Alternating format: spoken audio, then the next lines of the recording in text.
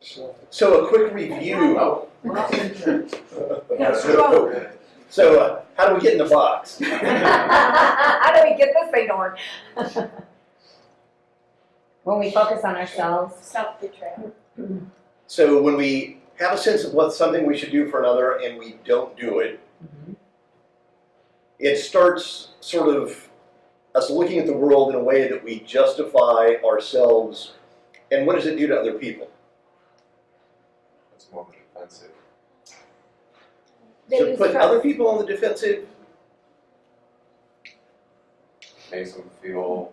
So what does it do to us? We blame the other. We blame the other people. We justify treating other people badly because we're justifying ourselves. Is it objectify people? What are you looking Passing the buck. So when we see people as less than human, when we see them as objects, we tend to manipulate them, and this is where we become, this is the whole point of self-deception, is that when we betray ourselves, we look at other people, create all these stories in our brain, justify ourselves, and the worst part about it is that we aren't aware that we're causing the problem. That's why it's called self-deception, because we aren't focused on the things that really make a difference. So, as agents, Yeah.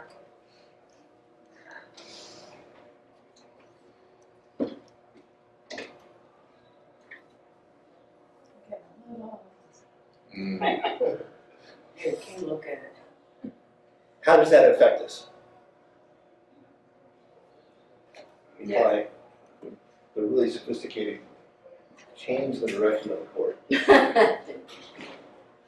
It changes the relationship with clients if you're, Oh my God, it worked. oh my gosh. Oh.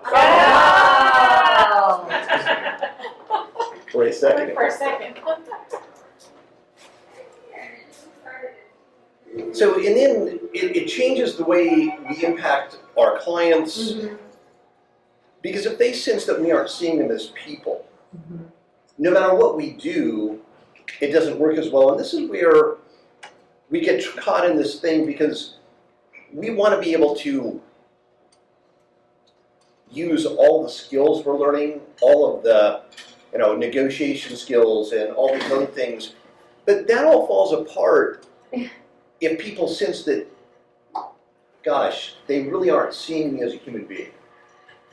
And this is where we can sort of really get ourselves deceived, because we can justify all these weird ways of behaving, and we always tend to blame the other person.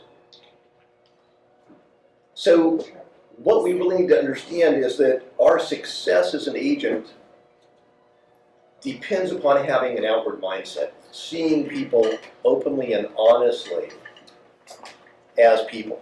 So, insights from trying to apply these concepts over the last few weeks. What have your insights, takeaways from actually trying to apply this been?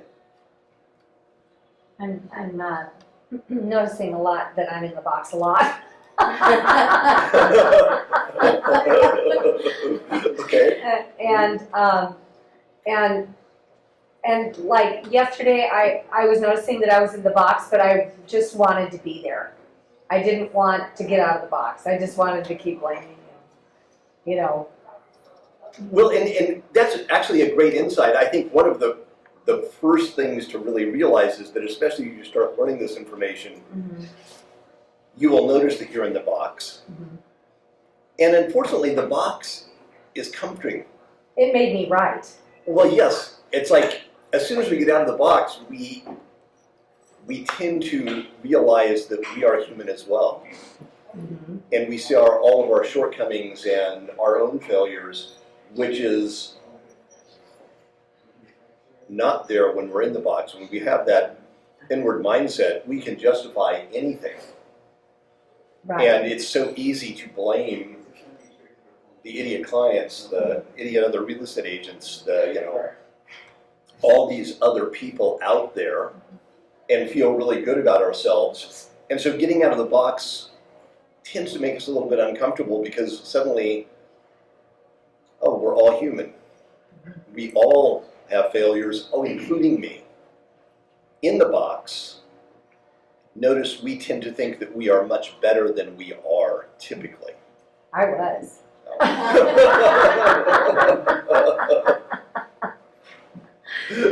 But I do notice that, when I practice getting out of the box and handling it completely different than I would have before learning this concept, it does make everything so much better. It makes the relationship better, even though the other person doesn't even know about this, has no idea about this, and probably never will. But I'm getting it back in my box. But anyway, but it's different the way the communication is. It just makes everything easier.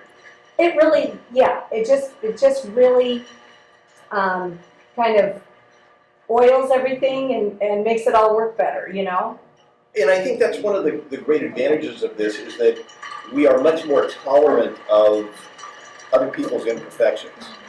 And that's a huge advantage to have, as we go through our life.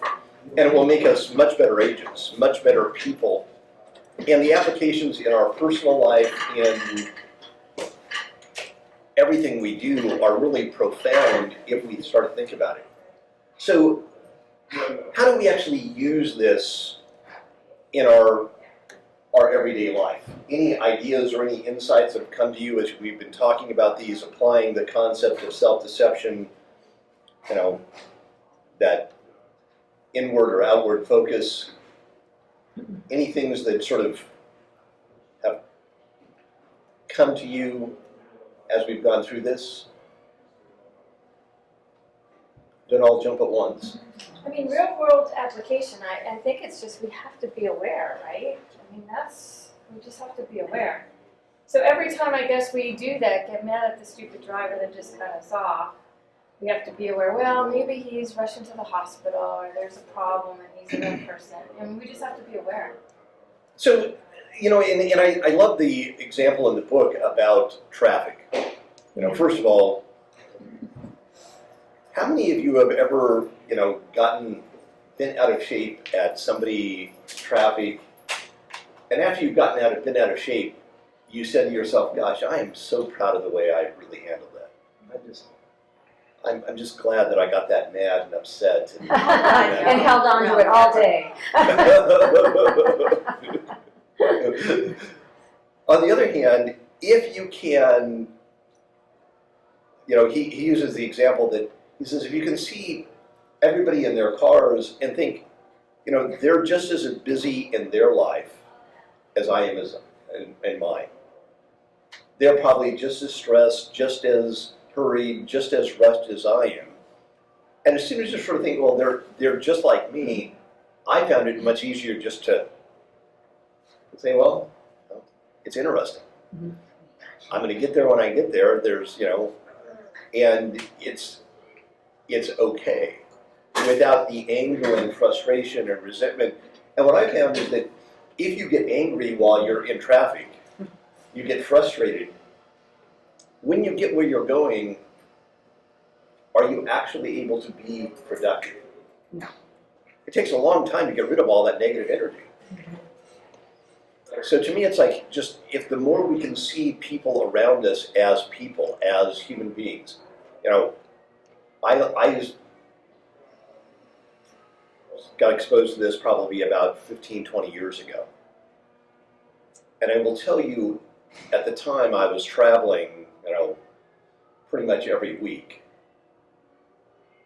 Traveling in airports, on airplanes, it did transform my experience because I could see everybody, even the moms with crying babies. When you have empathy and you can see them as a human being and understand, oh gosh, if my child was doing that, I would feel tough. It gives you what I call almost instant patience Mm. with people if you're able to actually just see them as a human being. So, I have a funny traffic story I can share. sure. It was this morning. So, what was it? What was it? Last week, there was a motorcycle accident, right? But this morning, I'm coming here, and I was just dying laughing. All of a sudden, out of nowhere, this police officer like stops all the traffic on the 405. I'm like, wait, and I'm like, is there a bomb? Like, what's going on? Because he gets out of his car and then stops the other 2 lane. But all I could do is, it was only like 5 cars in front of me. I was like, I was almost there. I'm like, I was almost through this. I mean, but again, with the empathy and the patience, he was getting a car, must have either had trouble or ran out of gas or something. He was getting it to the side. And, so it didn't take long. We got to go, but I was just so grateful. I'm like, when I felt bad for the guy, I was like, oh my gosh, his morning is not going well. I was like, he's going to be late, really late. And then I was just so grateful that wasn't me. I'm so glad that's not me. Yeah. And I just go, I mean, what a way to start your day. But I guess again, just coming from gratitude is just the whole number one thing. It's just always like, oh my gosh, I'm grateful it wasn't an accident too, because last week it was a really bad accident. Mm-hmm. No one was hurt, And one of the things that I've also found is that when you get in the box and you're not seeing people as people, and we do all the things that happen, we elevate our own perspective, we put other people down. In the box, it's really hard to be grateful. Mm-hmm. So one of the things, if you find yourself in the box, and just like you said, you didn't want to get out of the box, Mm-hmm. there's those times when you say, well, gosh, what can I be grateful for? And when you're in the box and you ask that question, almost instantly, your mind will tell you, well, absolutely nothing. Wow. Can you Because- repeat that? When you're in the box and you ask yourself, what am I grateful for? Mm-hmm. Your mind will tell you, well, nothing. Mm-hmm. It's, That's not You have good. to search. You've got to really work on it. yes. So to me, it's like, and that's sort of what they've been talking about. So what is the number one way to actually get out of the box? Focus on others. So, but when you're in the box, does that come naturally? No. So, anybody have any things that they've been applying, using to try and get out of the box? Can I tell you it's a church story? Sure. So yesterday we're leaving church and I'm clearly in the box with my husband. I barely heard the message because I was like, okay, focus on the message. But I'm just so and even him just like reaching over and patting me, and I was like, get your hand up. I'm in church. And I'm thinking this. And so now we're racing out of church because we have a lunch reservation at Tommy Bahamas and we want to get there on time. So we're racing out of church, and this little old couple is got their little walkers and they're old people. And I'm angry because they're in the way of the sidewalk. Oh, wow. I was there. You I was was guest. it was a bad, I was in the box bad. And Even after church. and even after, but they're walking out of, I'm still on the property of the church. Oh, okay. Yeah. These old people are walking out of there and with their little walkers, and they're really slow, and I'm like, but you know what I'm doing? I'm blaming my husband, I'm blaming, and I just snapped. And I went, they're human beings. And so I just slowed way down, and I just looked at them, and I didn't even say anything to them, but just thinking, how can I help these people? And they turned, they looked up, and they gave me a big smile, and I was like, good morning. It just like changed everything, It's that focus on how you can help others constantly. I mean, I do think that's one of the best things to do in the box. If you can get yourself to think about others, it makes a huge difference. The one thing I found is that if you're in the box and you suddenly realize that, okay, maybe I'm not looking at this rationally. Think about the people you have the best relationships with most of the time, that typically you know this is somebody that I feel better being around them than anybody else. It's just, that positive vibe. And like he gives the examples in the book, if you start thinking about people that you're out of the box to, because you can be in the box towards some people and out of the box towards other people, think about those situations where you're out of the box, where you're seeing people as people. And now try and bring it back and say, can I see this person in front of me, this situation, as people? It will make a big difference. So a couple of things I found also to be helpful. First of all, don't try to be or expect yourself to be perfect. There are all times that no matter what, you're still going to find yourself in the box. You're still going to find yourself blaming somebody for something that you think is, stupid.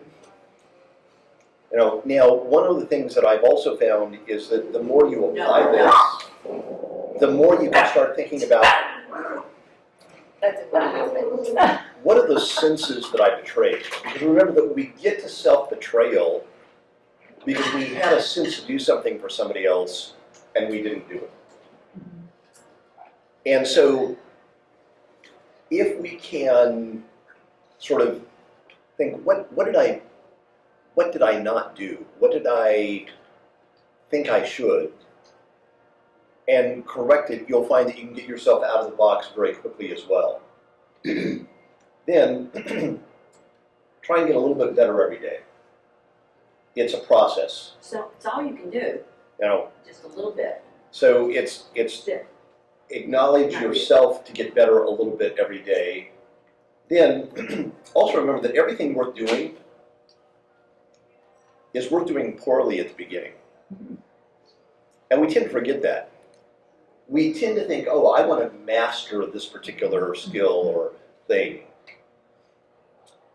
But when you try anything for the first time, are you perfect at it? I don't care what it is. It wasn't your best performance the first time you tried it. We're going to get better at it as we do it. And I think that so many times we have this unrealistic expectation that we learn a concept and we should be able to master it instantly. That we should, I should be perfect at that. Well, that's never going to be a realistic thing. So understand, do it poorly, and you're going to get better, and the practice will make a huge difference. Also, as you start understanding this concept, one of the things that we can do is we can tend to see boxes in others. We can see when our spouse is in the box. We can see when our kids, when our clients, when other real estate agents.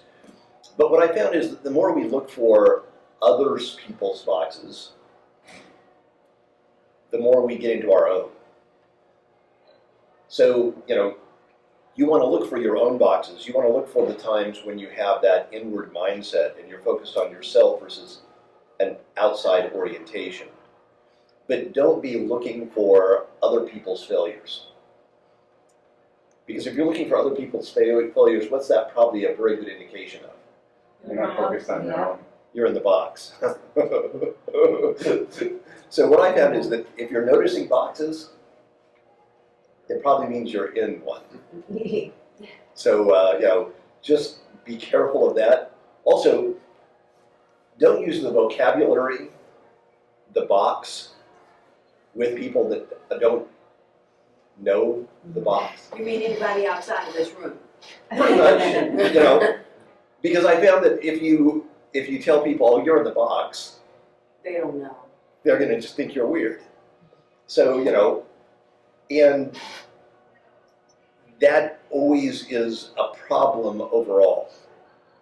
You want to try and stay outside of the box, and again, I don't like the box terminology. To me, I think it's better to think about it as an inward versus an outward mindset.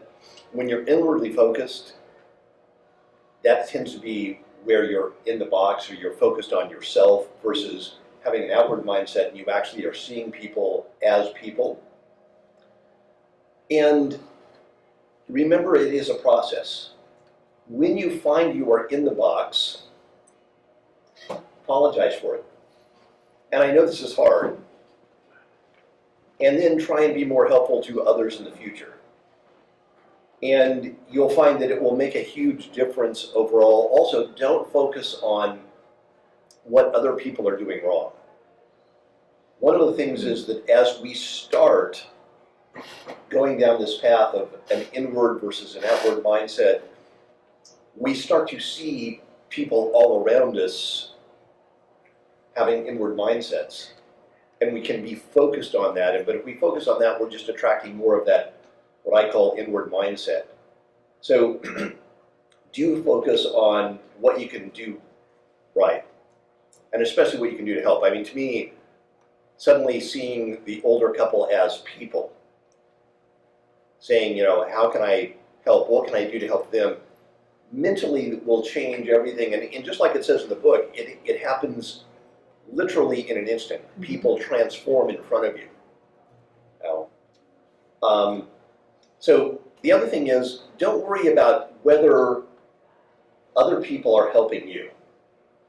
Especially as real estate agents, we get into this thing, this agent should do this. As soon as you say an agent should do that, you're almost inviting yourself to get into the box. Best day of your life is the day you let go of expectations. Mm. Just let it go. One thing I can help with that, with like Lisa, one of the things I do to shift, again, I have my moments, just like anyone else. But one of the things I do, which I know I've shared with Greg before, is like with the older people, I always look at the fastest way for me to have compassion is I always look at everyone as someone's family. That's someone's grandparent, that's someone's parent, or like if I were to be like you're someone's wife or someone's child, or I always look like when that's someone's family. Yeah. And I wouldn't want, just like I know my family wouldn't want me to be hurt or someone thinking bad things about me or saying bad things about me. Everyone's loved by somebody, right? And we're just getting like an ounce of whatever they're going through.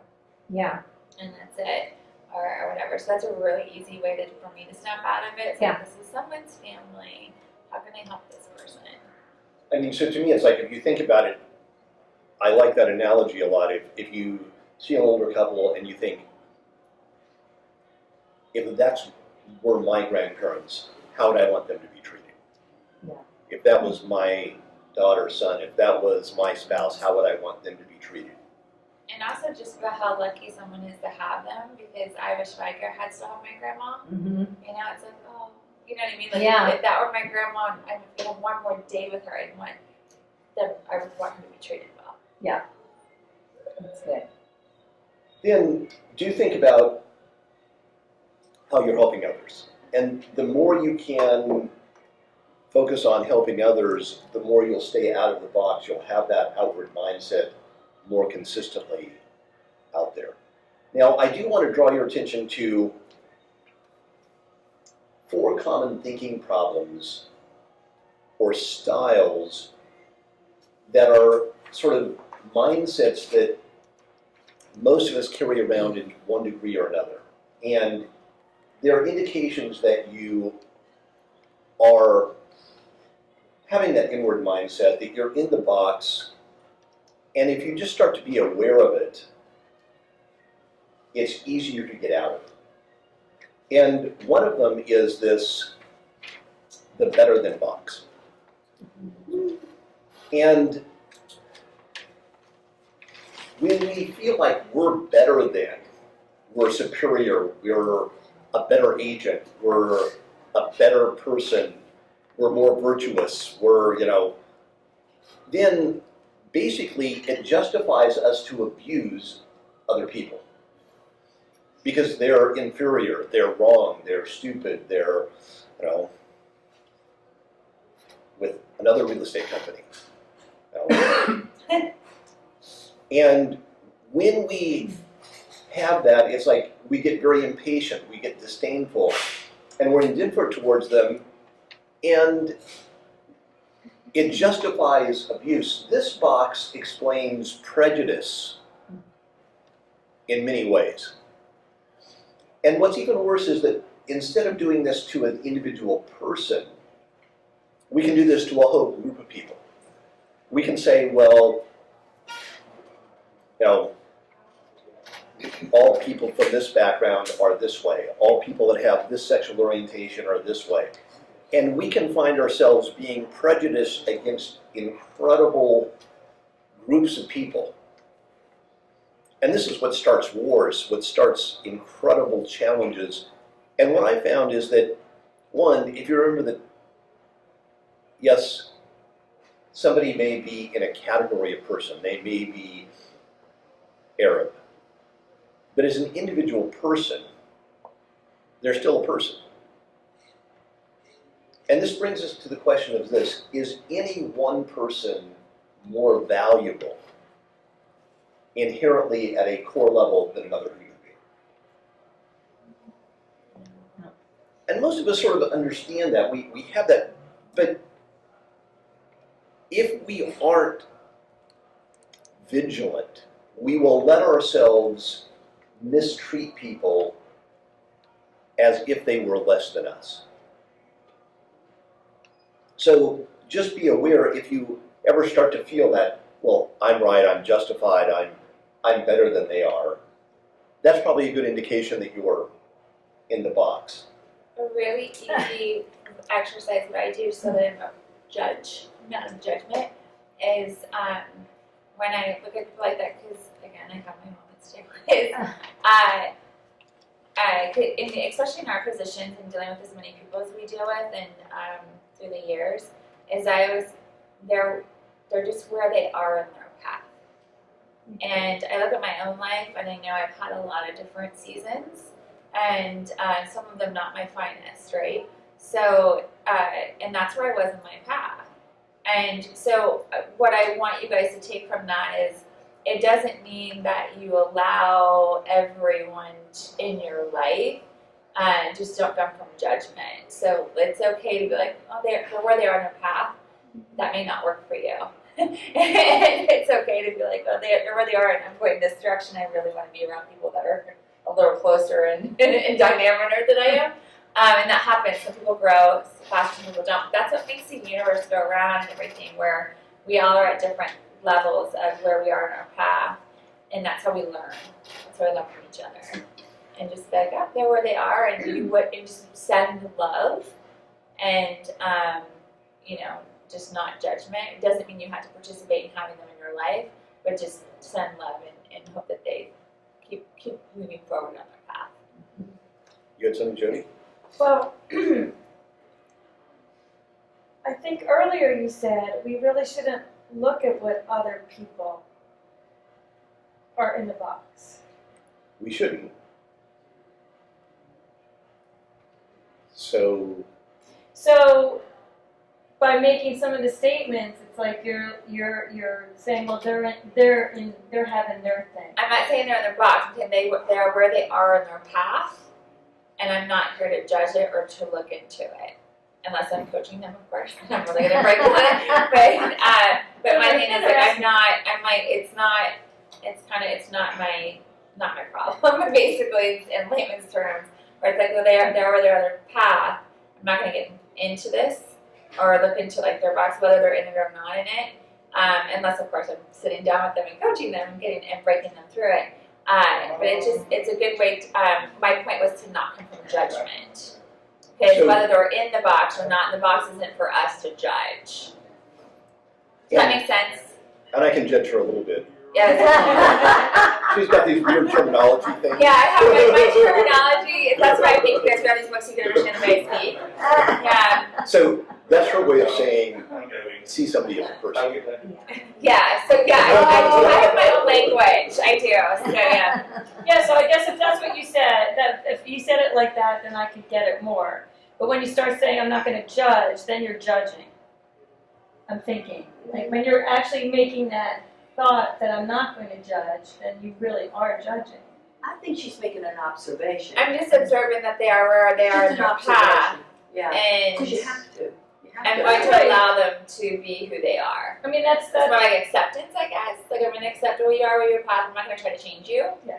And I'm not going to react or feel anything about it. Because I'm in charge of my feelings. So again, this Right. will go, like you guys will learn Yeah. through this in the 4 agreement. So again, he's like, yeah, I do have my own verbiage. But as you get to know me and read different books, you'll understand it. It's more of, I'm in charge of my feelings, whether I feel one way or the other about it. I'm not going to feel anything.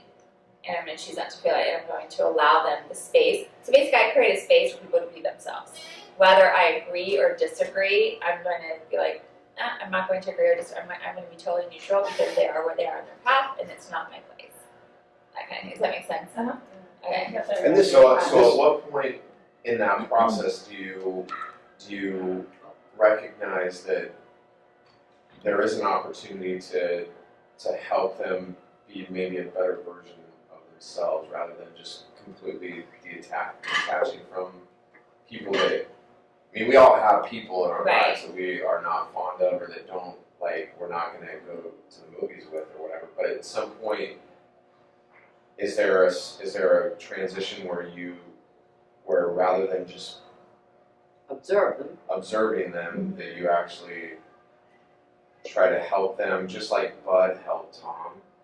It was really cool how Bud just like took an advisory role as he was invested in Tom. He may not have liked Tom as a person per se, who knows, I don't know, but he was willing to like try to help them. I'm probably, this is too ambiguous, I'm sure. But No, I love the question. And I'll answer that if I can answer for him.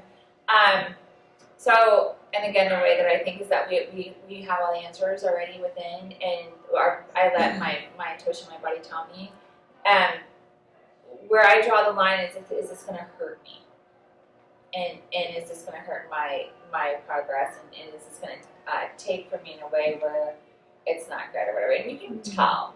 You can tell, because some people, they really have to want to help themselves.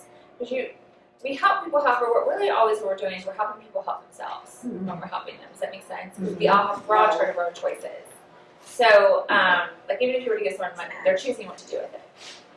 Does that make sense? Yeah. So it's sometimes if I someone that I'm like, ooh, I don't want to bring that in. And you can tell that when someone, you can really tell when someone is kind of crying inside, they really do want the help. And then there's some people that you're like, this could take years to break through to this person. True. I'll give them a book and something, and maybe one day they'll read it and they'll call me. And I've done that with several people, and it was like 8 months later, they like blew up my phone. And said I wouldn't answer their call, and finally they texted me, I read the book, and I was like, and then I took their call, I was like, and so it was like really interesting. But before, I just couldn't even help them because their wall was so tight. It's like a brick wall.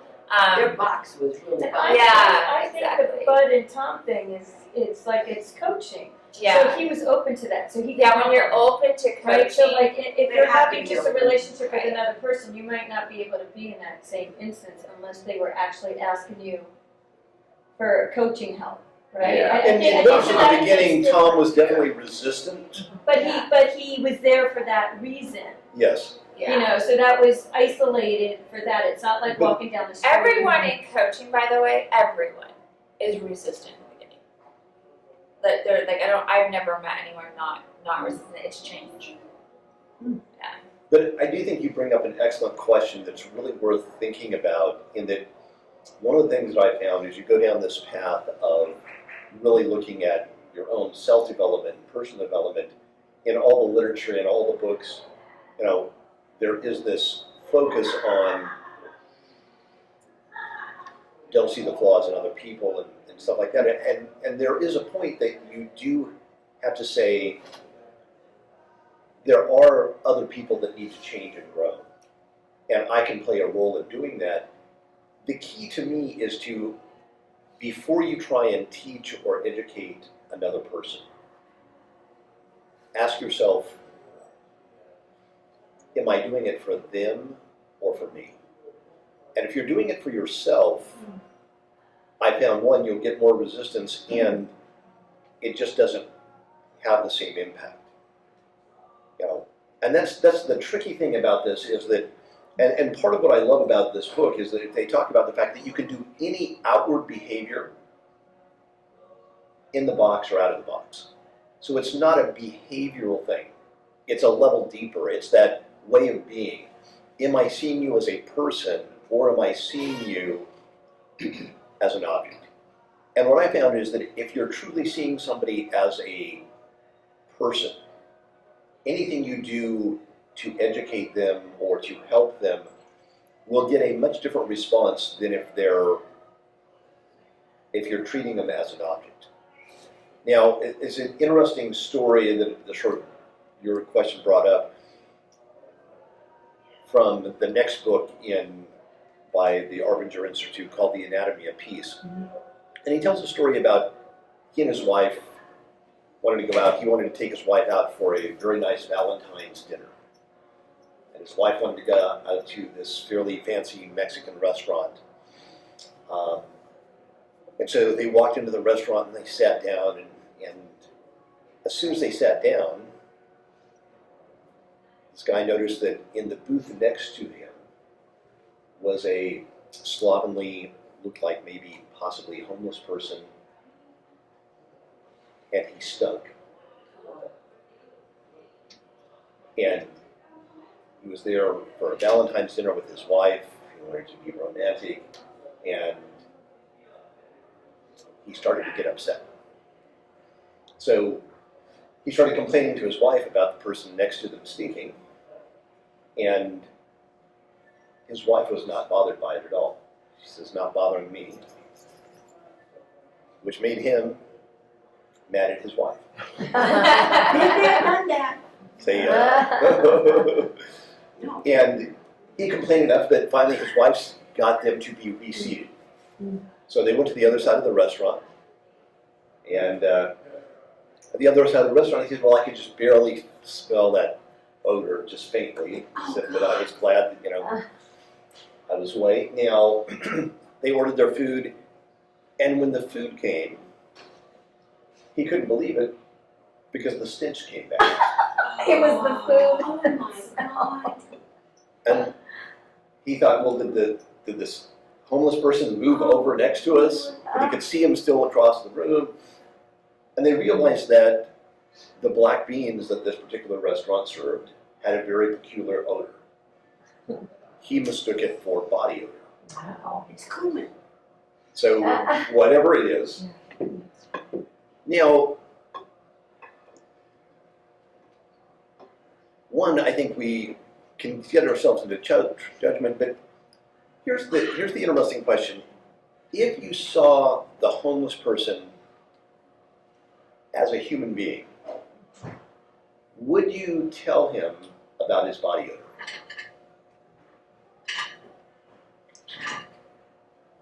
You know what? I got balls. I wouldn't even do that. No, I would not. And So basically, ask yourself this question. If you stunk, would you want somebody to tell you about it? Yes. I would want to know.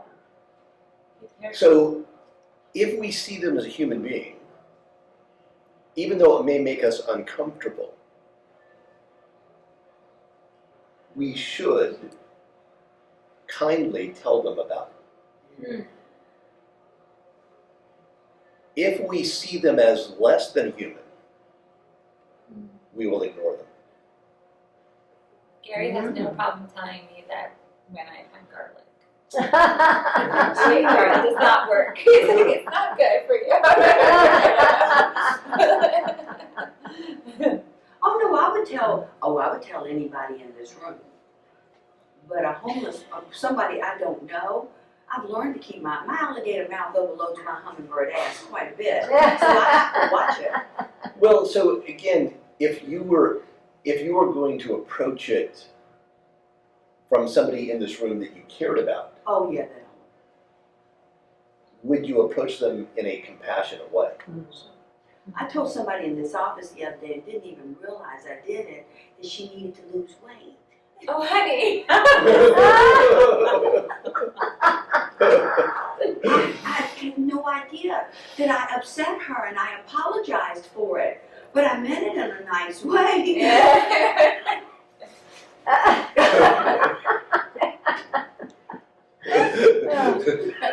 So, Okay, so now we're going around telling everyone at this table who needs to lose weight.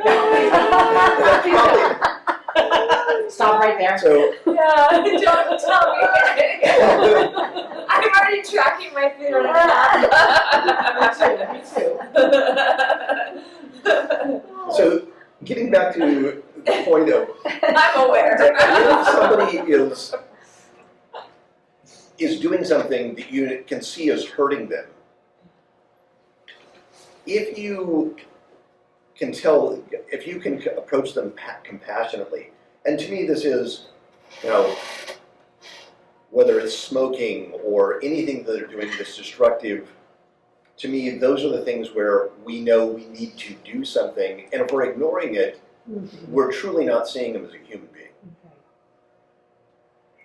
So to me, that's just an awareness to have, and always ask yourself, am I doing this because of something that I feel, or is it something that I'm trying to genuinely help? And that will make a big difference. So with regards to the homeless person example, I mean, I'll be the voice of dissent, the unpopular voice, just because I think that we all have these thoughts that go across our minds. But sometimes you think, well, if you really cared or were concerned, why wouldn't you recognize that you could do something about that? So I'm not trying to pass judgment on them, although I am. But it's like, I believe that we all have so much help around us that, like, why do they, I mean, I've just talked to a lot of law enforcement officers about this, and they all have a similar vein, perhaps they're jaded, but they say that largely the homeless community chooses to be that way. True. So Everything's a choice. So in that sense, like, that's where I think it's born in the people that you live and let live, or you're not willing to say something, because we already have these preconceived judgments in our minds that homeless people choose to want to be that way, so therefore they choose to want to stink, so therefore they choose this or that, right? And so the hard part about a class like this is recognizing that everywhere you look, you're doing this, like, and then you almost like just like want to sit down and just like not look at anyone, because you're just like, I'm making these mistakes on every level. But at the same time, it's not about that, it's about growth and learning, so I'm just trying to figure out how to be appropriate with that kind of a What I've noticed with certain things, and I can't really give advice on the homeless one, because I don't know if I would ever engage, honestly. I noticed that people that smoke or drink too much or need to lose weight, they all don't want to smoke, they all don't want to drink too much, and they all don't want to be overweight. So it's, if you come from compassion on that thing and really are able to help with that and give them some tips or things too, they're grateful for sure. I've never met anyone not No, grateful she wasn't. with that. Okay, well, it might have been your delivery, honey. Okay, so let's just keep it real. So, but the homeless one, I'm gonna defer to Greg on that one. And when I brought up the other point, it was in reference to your example about the Arab that would, and again, I'm not stereotyping the Arab, I'm just saying in general terms, like, those that have ideologies that we're the infidel and we need to be eradicated from the earth. It's like, how do you actually? I'm going to be extreme in all these. Right. I'm not talking about like our normal Right. interactions or daily interactions, although they are so important too. But I'm just thinking like, okay, what, you just let the guy shoot you and you're done and that's it? I mean, because that's really what they want to do. Not, I'm referencing those that are following ideological thought that we need to be exterminated. So, in using the homeless example, that's also an extreme to me. Yeah, I think so. Because So I it think goes- anybody in this room would go out of their way to help anybody. I truly believe in the human condition. I believe that everyone would truly go out of their way to help somebody. And I would say with that, maybe with the homeless person, maybe at one point in my path over there, I wouldn't invite it in. And I'm so protective of my space that for me, and it's not that I'm not compassionate, it's not that I don't see him as a human being. I'm making it about me. I really am being, and I'm okay with it. And I'm not inviting it in. So and I don't know if I would be around it to even go there. I don't know. And I'm going to defer to you. I don't know the answer. So to me, this is an interesting discussion that my wife and I have had a number of times as we've read through this book and all of the stuff from Arbinger. And that we ride our bikes and have been for, 30 years up and down the coast, and there's a variety of homeless people there. My wife wants to stop and give every one of them money. I, on the other hand, think, well, it's their choice. And I think for a long time I was disdainful of, that was the choice they made to do that. But as we started talking about it, and one day, probably 15 years ago, my wife stopped on our bike ride and gave a lady a $10 bill. And now we knew she was homeless. We'd been see her sleeping out on the sand for weeks, and she went off on my wife. What? She basically said, "I don't need your blankety blank money. I don't need your help. If you really wanted to help me, you'd give me a house." Oh, really? and she just went off on my wife. I was suddenly physically afraid for my wife and grabbed Janet and said, let's get on our bikes and ride. So we started having this discussion. I realized that mentally I was putting out energy of negativity towards homeless people. Today when I drive by them, every time I see a homeless person, I just say to myself, I'm sending you my love. I hope you have a great day. And I will tell you, it's changed my attitude in writing. And there's a semi-blind lady that has been walking up and down Huntington Beach for a long, long time too. There are probably 20 people that we've known that just because we see each other all the time, that over the years we finally learned each other's names, and it's like we see each other all the time. But this lady was just mean. So in the winters, when it's dark and you're riding out there, our bike lights really made her angry. And every time you drive by with your bike light on, she'd scream at you, "You're killing my eyes, turn those things off." Now, I know she's got a sight problem. If you came too close to her, and she walks right in the middle of the boardwalk, she's got one of those white canes, and so you got to be very careful. If you come too close to her, she goes off on this rant, and so you can hear her yelling at a lot of people. And I have to say, I always thought, whatever.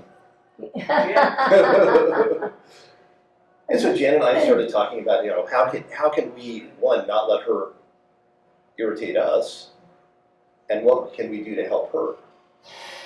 And we realized, okay, when we see her, we can turn off our light, we can give her more space, and we both made a commitment every time we go by her to say, good morning, I hope you have a good day. Now, we did that for years before she gave us even the slightest bit of acknowledgement. And to this day, when she sees us, I don't know exactly what she's seen, she won't yell at us anymore, even if we get too close to her. And to me, she seems much nicer now. I don't know, is it my imagination? Or is it, no. So to me, I think, okay, if you can just see them as a human being, and I think, okay, she's blind. I would hate to be blind. I think, she's obviously got some sort of a vision contact, and she's still out there. She's still walking, she's still, so I think. So your story made me realize how I treat homeless people. Because when you live at the beach, because I just remember my local homeless people. Part of living at the beach is you know there's going to be homeless people. So you take that for what it is, right? And my thought is, if I were homeless, I'd live at the beach too. I mean, I think they're pretty smart, right? I was like, for you, I'm like, I would live here too. And but I realized You're paying millions of dollars to live right? here. I'm like, you've got it all figured out, right? And I actually don't treat them any different at all. So I don't really have, I guess I don't have the experience of being smarter. So whenever I went, well, hi, how are you? And we actually, oh, hi, how are you? And some of them will come and give me a flower because I smiled at them or whatever. And but there's these two guys. They used to live like right on the Strand, which is in the South Bay, is their boardwalk. And I for a while thought my dad had hired them as like security. Like it was like they're these like posers of homeless people because they would always pop up the wall because there's a wall between the sand and the boardwalk. Mhm. They're like, how are you doing? You getting home safe? And I was never fearful or anything because I would walk my dog Max at the time. But like they were very protective of me though. So like when some guy would drive, because it was oceanfront, would go by, they would stop and say hello or something, and they would get like, you keep going. Did you want to talk to him? She doesn't want to talk to you. Like, and she's trying to walk her dog, and they would make sure that I got home okay.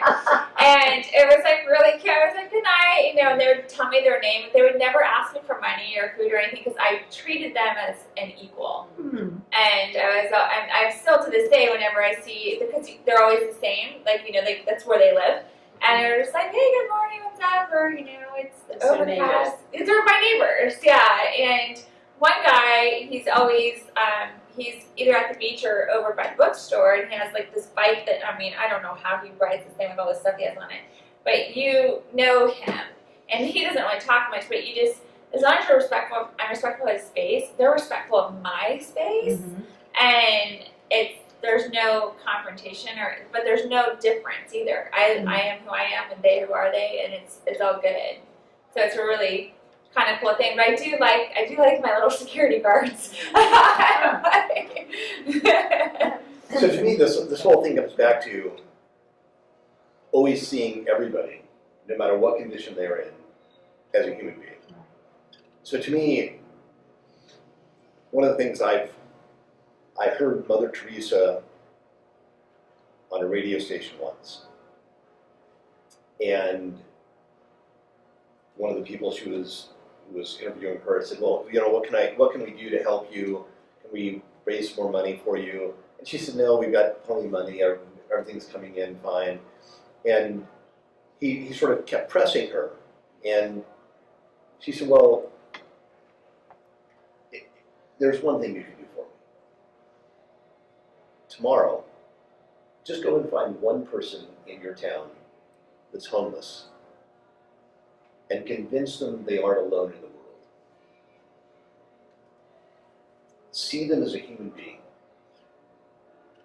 And if you really think about what Mother Teresa did, is that, she said she saw Jesus Christ in all of his unfortunate disguises.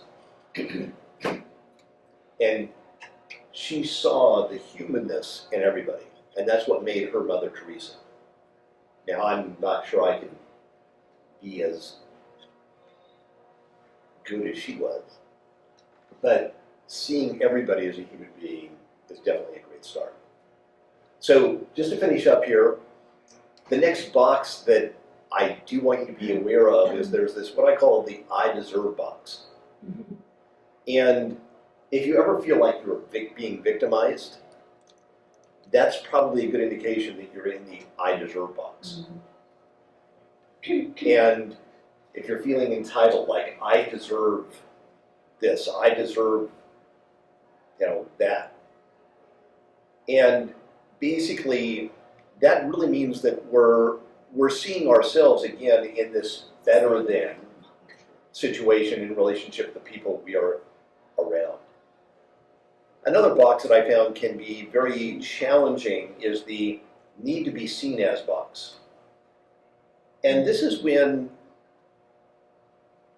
more than anything else, we want people to see us in a certain way. And we do things not because we really care about others, but because we want others to see us in a certain way. And these are the people that go out and give money to the homeless but make a big deal of it. And do different things out there. And we view others as always judging us and sort of threatening. And if you find yourself being concerned about what other people are thinking about you, it's almost always an indication that you're in this box. So one of Robin's sayings that I think is so important is, what other people think of me is none of my business. Don't get concerned about what anybody else thinks of you.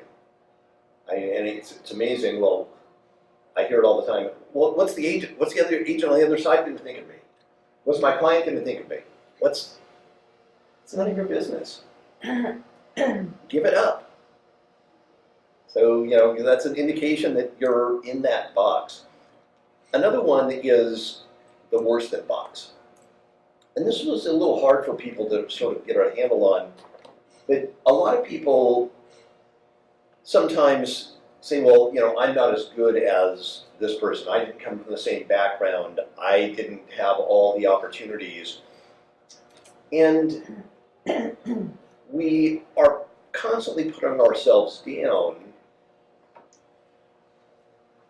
And we may look at this and say, well, gosh, it looks like I'm upholding other people and putting myself down. But when we are in this worse than box, where's our focus of attention? On yourself. It's still on ourselves. And what do you think the worst thing of being in a worse than box is?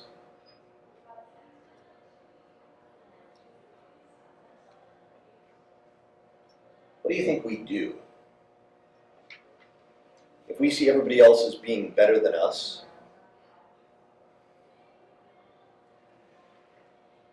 Where's constancy of judgment toward ourselves? We're not seeing ourselves as human. and we are seeing ourselves as human. We're treating ourselves poorly. But what does that lead to in behavior? And specifically as real estate agents, what behaviors do you think would come out of this box? Victim. Can't be as successful as your fellow agent.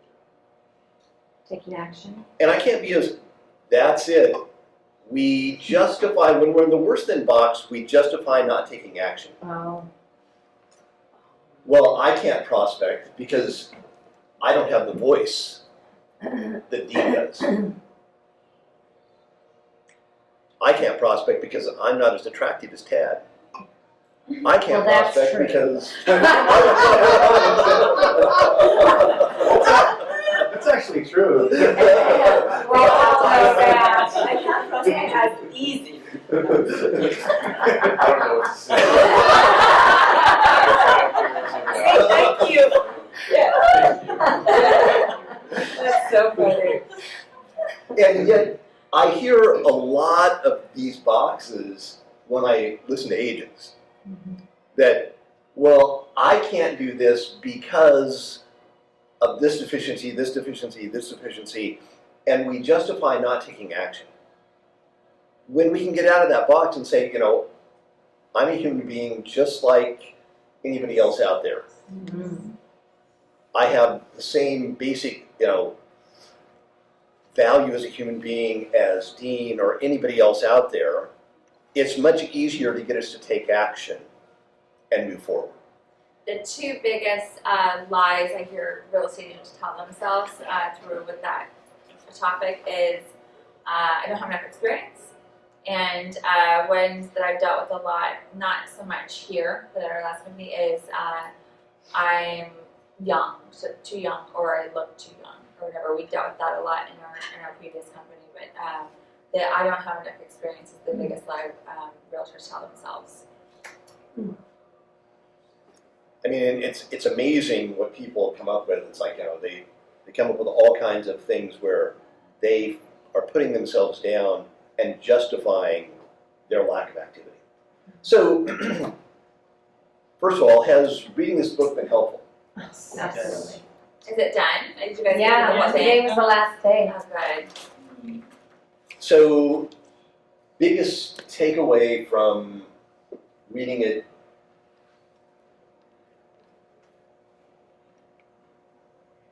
Don't all jump at once.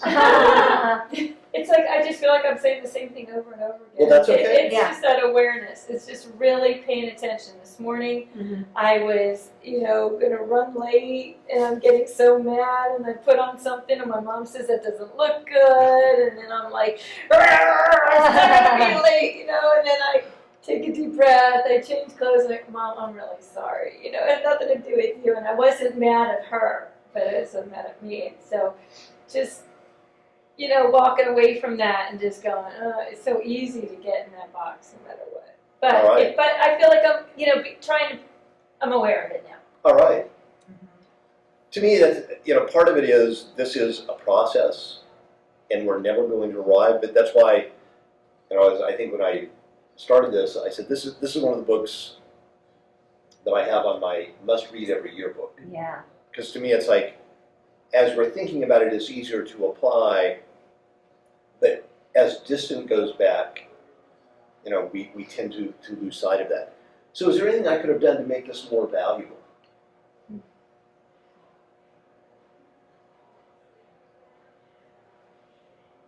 Not in direct response to your question, but back to your first question, which is what the takeaway is.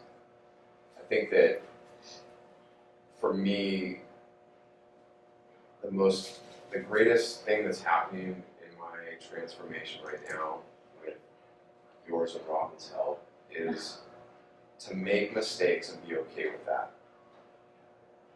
It's like this idea that you talked about that, when you start something, you're not very good at it.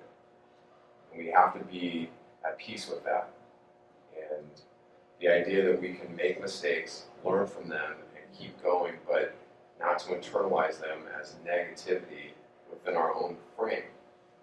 And I think it's so easy for us to compare ourselves and judge ourselves according to the people next to us because we think that they have everything going for them and we don't. And that is such a lie. That is such a self-deception. It It's is. such a self-deception. It is one of the interesting things about the human condition is that we tend to sort of believe that we're the only ones that have problems and challenges, and everybody else does not have those same challenges or problems, and their life is perfect. And yet, the more we can realize that we're all human, it makes a huge difference. And to me, that's the biggest takeaway from this book is just to constantly look at every human being as a human being, no more, no less, and just be accepting of that, including ourselves. And we are going to make those human mistakes along the way, and that's part of the process.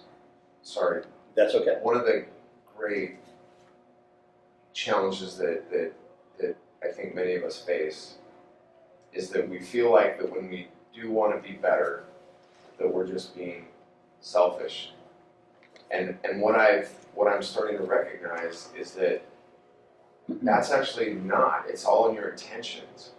Because my desire to want to be better is not for me. It's because I want to help others to be better versions of themselves. Rather than feeling guilt, we're always thinking, well, I'm just here, I don't care about you guys, I'm just here to learn and whatever you take from it. But it's like the value, the greatness is recognizing that you can be willing to focus on yourself, not in a selfish perspective, but in like a way that you're able to then get to know people and learn how to ask the right questions. I know what your next book is. I Yeah. already know. Oh my I'm gonna sign you. But yeah, I actually had a really cool thing. This is a great thing for you guys for Monday morning, like an aha yesterday. I was having this conversation. I was being interviewed for something for a show, and there we were talking about 1%ers, like the difference between 99% of people and the 1%er. And I realized I've always had this really huge fascination for fish. Like I used to have aquariums and things and sharks and stuff like that. And I described it. I was like, oh, well, have you ever seen a fish eat? And have you guys ever seen a fish eat? What kind of fish? Yeah. Just like pretty much. Goldfish. So anyway, so here comes the food, right? So here's the food. You know, here's the food. They see the food. They just go for it. Right. There's no thinking, right? And so I explained it. I said, you know, they just go for it. You know, the difference between the 1%ers and 99% is 99% are at a red light, and when it turns green, they still thinking. And they don't just go. Like, if you ever get behind the person, turns red, and you're like, go, right? Yeah. And so that's a huge difference is everyone's so in thought that they're not going for it. And that's a huge difference where when you're constantly enjoying mode or just going for it. So I always love how fish, they don't think about it. They don't think about what they want. They just go for it. Yeah. do it. Yeah, they're not thinking. Even dogs sometimes Yeah. think like they go and smell the food. Like a Right. fish never smells the food. Right, it's like food. They just go for it. Oh yeah, that's true. Yeah, Yeah. that's so cool. And I want to go back to your statement where you said, is there anything that I could have done to make this more valuable to you? And it's like, oh my gosh, the tears just like went bing into my eyes. Because I'm telling you again, Greg, we know that you don't have to do this. And I've never ever seen this at any other place that I've worked. And we are so grateful that you take the time to get this all figured out. So it's not just like, you guys go and read this book, because I will get something just out of the book, but to do this makes it completely just amazing. If you could do us a favor, if you guys want to do anything, because this Yeah. is how we, you know, they hired us to because we had the success record of, and not just success, but we did things that were above and beyond in a speedy nature at the last company. And one of the ways is we were constantly doing things like this. And it is not the norm. It is something different, especially for this company. It's like, what? And well, Kim and Michael are not here. If Right. you could share with them Yep. your experiences and that you are happy with us, because they only get months where I'm like, hey, you know, we're shifting the culture, we're doing this and this. Because as far as they know, we're not doing anything. Like, you know, they don't know what we're Of doing. course, yeah. And we're trying, like, when we're asking for things, we get a lot of, you know, I'm not, take this out of that tape. We're not getting, you know, there are certain things that we need so that we can effectively help you Yeah. that we get pushback on because it's not the norm. You know, and I mean little tiny things like some books or things like that. We're like, hey, can we get this or live stream or whatever? And it's not like we did this 10 years ago. This was like we are constantly always doing these things and growing, and we do know what is needed to help you grow. And when we're helping agents raise their business by 400%, I mean the numbers are not tiny. It's like we know how to do this. If we could get the support from the company, that would be great because it would make our lives easier. That's easy. Yeah. But It would make kids like I don't understand. I don't think they because the thing is, I'm just sharing with you guys because I'm my kid's biggest cheerleader, and he doesn't talk about himself much, and He doesn't talk much at all. I know, right? So he's like this genius that I can't, and nothing gets done if I don't have my yin to my yang. And one thing, he's just so, the wealth of knowledge and how great we work as a team is just getting, because Cameron, they only know first team, and we know all the companies, right? And so we take pieces and pieces of this, and then plus all the other stuff that we do, and bring it here. And so for them, it's huge change, and they don't understand that it actually works, and we do. So it's like getting them to understand that you have to, if you want movement, you must have change, right? So it's no surprise to everybody that I was like 90% out of the organization. We were smelling it. Yeah.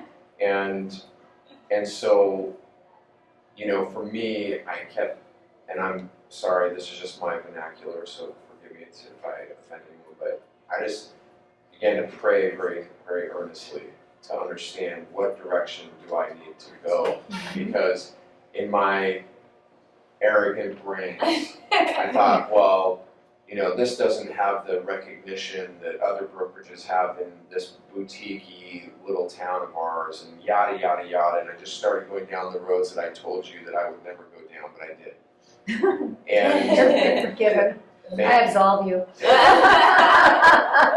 I will tell you all, within the sound of my voice, to however this benefits you all in regards to these two individuals, is that the answer to my prayers was I needed to stay. Oof, no. Like, I'm not kidding. The answer was stay. And I thought to myself, okay, this is going contrary to everything that I believe. Like, but I'll trust, because I trust you. And what I've come to, and then all this stuff is happening, okay? Now this is the point that I'm getting at. All this stuff is happening. We're learning these concepts. You're taking me through exercises. And the reality is that without you two, I'm not going to become the person I want to be. That's right. You would have But it taken starts- yourself to another company and then been no difference. And that would have just been done. I would have just gone into the grave and done exactly what I've done, which is just be in this nonsensical thing about comparing myself to all my peers and never being good enough. Or I've better, already blah, told blah, them, blah, now they know right? that if you did go somewhere else, like I'd march right in there and drag you out by your ear, and you don't think I won't do it. And here's what I'm here to say, so that you don't think that I'm just saying all these things to hear myself talk, is that what I'm realizing, you guys, has nothing to do with the brokerage firm that you're associated with. It It has to never do with does. what's right here. Yeah. I have no fear of going out and getting business with anyone or anybody because they're helping me to work right here. Yeah. And it's never been about the brokerage. It's been about what's here. And so you two are the biggest assets this company's ever seen. And so Oh, it'll be big very time. easy for us all. Now, if you could just say those exact words, That's easy. I'm trying to get some more things These two are the through. biggest assets. Yes, I agree. And it's amazing how in a vested desire, we're not dummies, you want to build your business, you want to be amazing, and rightfully so. But you are doing exactly these principles you're teaching, which is helping to empower each one of us, because if we're all each individually successful, Yeah. that makes you wildly successful. And the wheel goes around and around. So forgive me for talking to you. But how awesome is it to be successful though because of other people doing well? That's a great thing to wake up to. Yeah. You I know? will also tell you that success as part of the group, as part of a team, is much sweeter. When we all win, than we all individual win. success. Yes, I love that. What were you going to say? I was gonna say, there's a disclaimer to us, like, boasting about it, that they can't, like, remove you. You know, you've done so well here, now you gotta, like, go out to wherever. No, we might. Like, there's things that we need for here. Like we wanted to make it really great. Well, tell us what they are, and we'll go in. All of us Whatever will we try ask them. for. I'm gonna make a list. I was like, you have to do it this way. You have to do it this way. You have to do it this way. Yeah. Kind of So piggybacking on what Tad said though, so I did want to share this is, I go to confession about twice a year. I actually I'm trying to go more often, but I went to confession halfway through this book, and I had the best confession oh my god, I love in it. my church that I've ever had before. And normally I go into confession, 2, 3, 4 minutes. I was in confession for 15 minutes with my priest, talking about all my sins of me being in the box and how I've treated people, not just the sins on my behaviors, but how I've treated people along the way because I've been in this conceptual box. And it's what's happening here, with you too, it's not only just helping my business, but my spiritual relationship with Oh, God God, and that's my awesome. marriage and everyone else is flourish. It's like I'm taking these yokes off. So kudos to you guys. Yes. Thank you guys. I love So that. good, yeah. I'll never forget my first confession. Oh my god.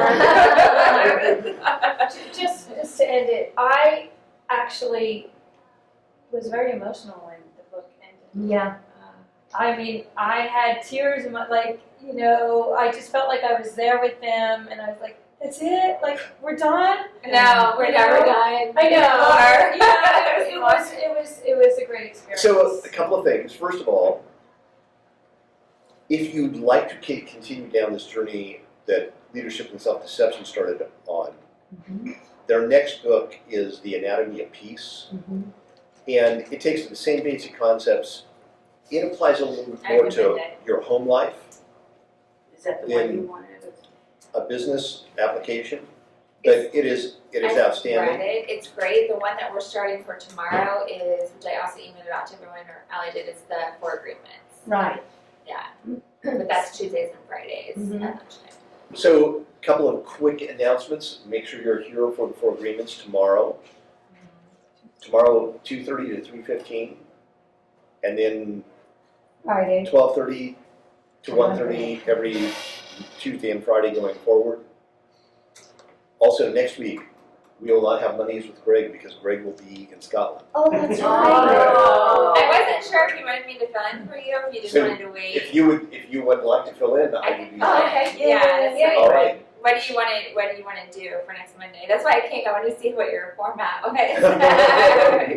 Well, so basically, I was just planning the next time we get together to figure out what would they like to get most out of? What's the direction or the topic that would be most useful for them?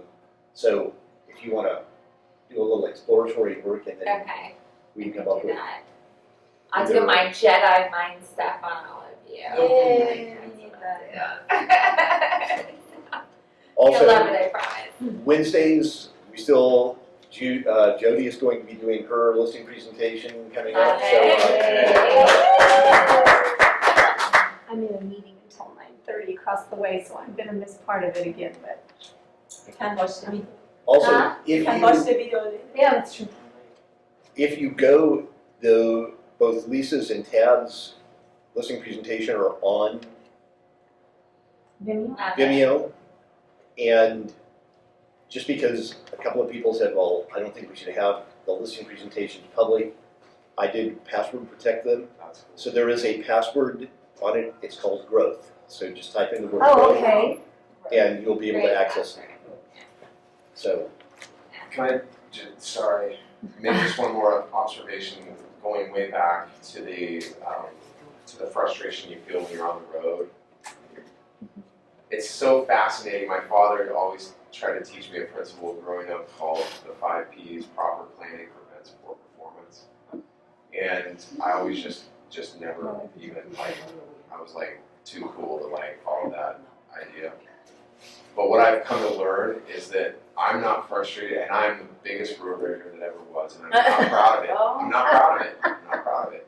But the reason I do it is because I'm always running late to everything. Oh, And what I've learned okay. is that if I can stop being so selfish about my own schedule and properly plan it out, that when those blocks hit, you've already anticipated it. And I know and recognize that even if you plan to come to the office 20 minutes before, whatever the case may be, there's still going to be the roadblocks.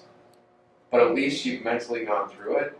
And that's what I've just learned is it helps me to like be more patient in the process. Yeah. It's when I'm not running at hyperspeed. Say that How again. dare I think that I can fill my day with a million things and everybody has to cater to my schedule. Yeah. Get the hell out of my way. Like, right? But when I mean, really. I was running late to one of his classes training because I took a phone call. Eric calling. I was noticing myself getting really irritated, but I'm the one that chose to pick up the phone, knowing I still had to get my yoga clothes on, knowing I still Yes. like I did that to myself. It wasn't his fault. I chose to pick up the phone, and then I was like getting mad at him, then like getting in the car. I was like, Robin, you're the one that picked up the phone, knowing you didn't need to. Like there was, you couldn't call from the car. Like you chose your frustration. So yeah, if we just realize that we choose that. And See, I told you I have my moments too. Yeah. You're human. Yeah. All right. So go change some lives this week. Yes. Awesome, everybody. Thanks, Greg. Awesome, Greg. I love that you guys are actually getting like his yumminess. Make sure to Yeah. Yeah. Events or performance. Thank you, Greg. Yeah, you know that's a military. And his dad was a staff sergeant. Oh, wow. Only he's saying it much nicer than the military does. Yeah.